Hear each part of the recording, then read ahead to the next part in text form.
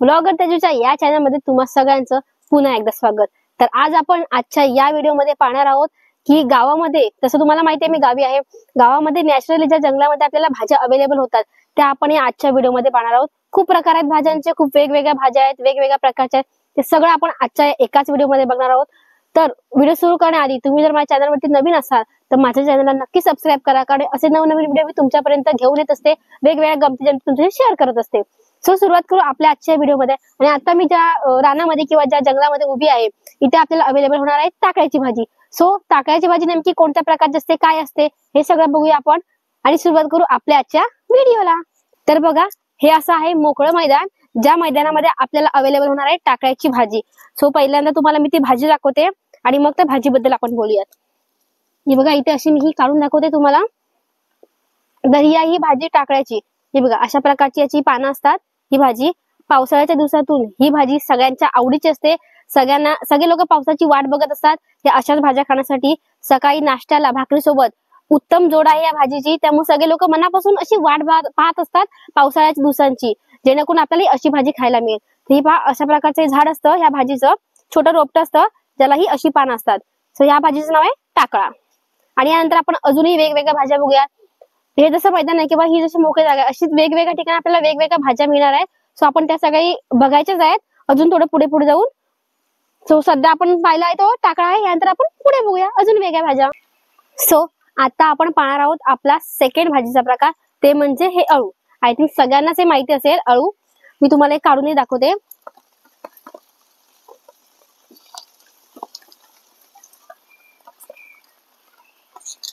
हे अळू म्हणजे पावसाळ्याच्या दिवसातून नागपंचमी, आपल्याला माहितीये नागपंचमीमध्ये नागोबाचा आवडता पदार्थ म्हणजे अळूचं फतफद केलं जातं। तर ते हे अळूचं पान आहे, सिंगल पानाची ही लाईन असते, म्हणजे सिंगलच पान असतं। आणि या पानाची तुम्हाला एक गंमत सांगते, या पानावरती जर आपण पाणी टाकलं किंवा ह्याच्यावरती जर पाणी पडलं तर ते अजिबात या पानाला स्पर्श करत नाही, पानावरती राहत नाही, ते सरळ खाली निसटून जातं किंवा ते थांबतच नाही। हे बघा, हे जे पाणी असतं ना हे या पानावरती राहत नाही, ही या पानाची गंमत आहे। आणि अशा प्रकारचं असतं अळूचं पान। हीच होती आपली दुसरी भाजी। सो आता आपण पाहणार आहोत इथली तिसरी भाजी।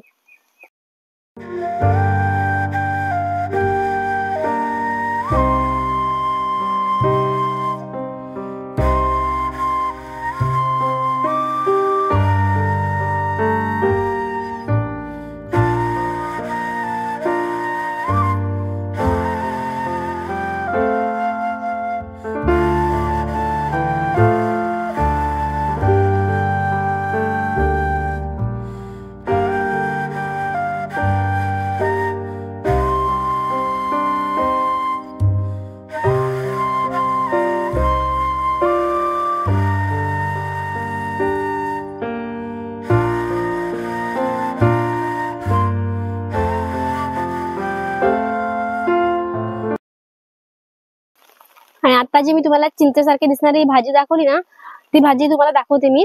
आणि त्या भाजीला नेमकं काय बोलतात, ती भाजी कशी असते हे पण आपण जाणून घेऊयात। तर ही अशा प्रकारची भाजी आहे, तोडायला एकदम कोवळी अशी असते, इझिली तुटली जाते। तर या भाजीचं नाव आहे खवळा। चिंचेसारखी याची पानं असतात ही बघा। तर ही पानं ही अशी काढून ह्याची सुकी भाजी केली जाते आणि जी भाकरी सोबत आपण खाऊ शकतो। आणि या भाजीचा जो प्रकार आहे ना तो बुळबुळीत आहे, त्यामुळे जशी भेंडीची भाजी आपली बुळबुळीत होते त्याच प्रकारे ही भाजी थोडी बुळबुळीत असते, पण भाकरी सोबत चवीला छान लागते आणि भाकरी सोबत खायला आपल्याला खूप आवडते। सो ही भाजी आहे, याचं नाव आहे खवळा। आणि हा इथे बघा आपल्याला एक चौथ्या भाजीचा प्रकार दिसतोय, ज्याला बोलतात कुरडू। ही भाजी तुम्हाला दाखवते मी।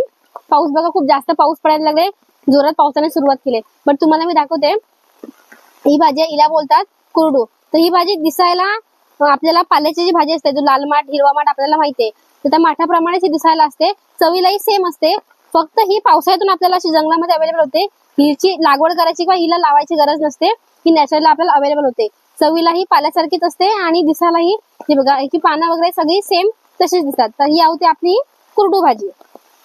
सो इकडची तिकडची रानातली भाजी पाहता पाहता आता मला या माझ्या अंगणामध्ये काही भाज्या दिसल्या आहेत, अवेलेबल झालेल्या आहेत पावसाळी दिवसातून. सो त्या तुम्हाला मी दाखवते. तर या माझ्यासोबत. सगळ्यात पहिला आपण बघूया ही चिनीची वेल. ही पहा, याला बोलतात चिनीची वेल. 3 किंवा 5 पानाची वेल असते ही चिनीची वेल. ज्याचा हा जो पुढचा भाग आहे, हा जो कोवळा भाग आहे, याला अखूर असं बोलतात.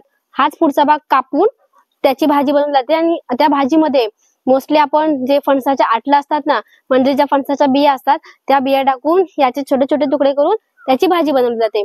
आणि त्यासोबत जर वार असेल मच्छीचा वगैरे तर आपण जवळा टाकला तर मग काय कामच भारी. सगळ्यात बेस्ट भाजी. आणि मला या सगळ्या भाज्यांमध्ये मला आवडणारी स्पेशल ही भाजी ज्याला बोलतात अखूर. ही पहा, अशी ही अखूरची वेल असते, ज्याला चिनीची वेल बोलतात आणि ह्या पुढच्या भागाला अखूर असं बोलतात. सो ही माझ्या अंगणात अवेलेबल झालेली मला भाजी होती. आता आपण अजून दुसऱ्या भाज्या बघूया ज्या माझ्याच अंगणामध्ये मला दिसत आहेत, ज्या आपण खाऊ शकतो.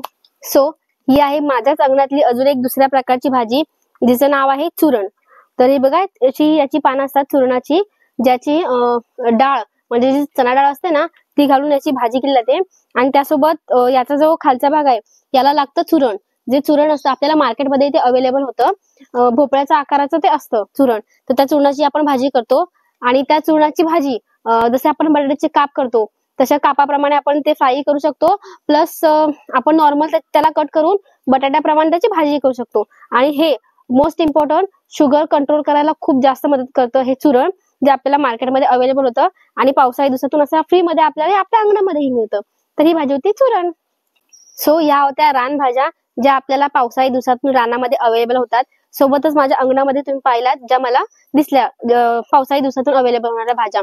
तर यापैकी तुम्हाला कोणत्या भाज्या माहिती आहेत हे मला कमेंटमध्ये सांगा. आणि तुम्ही कोणकोणत्या भाज्या खाल्ल्या आहेत, स्वतः पाहिल्या आहेत, स्वतः बनवल्या आहेत, तर हे सगळे मला कमेंटमध्ये सांगा. आणि तुम्हाला व्हिडिओ कसा वाटला, आवडला का, हे मला कमेंटमध्ये सांगा. आणि व्हिडिओला आवडला असेल तर नक्कीच तुम्ही लाईक करा.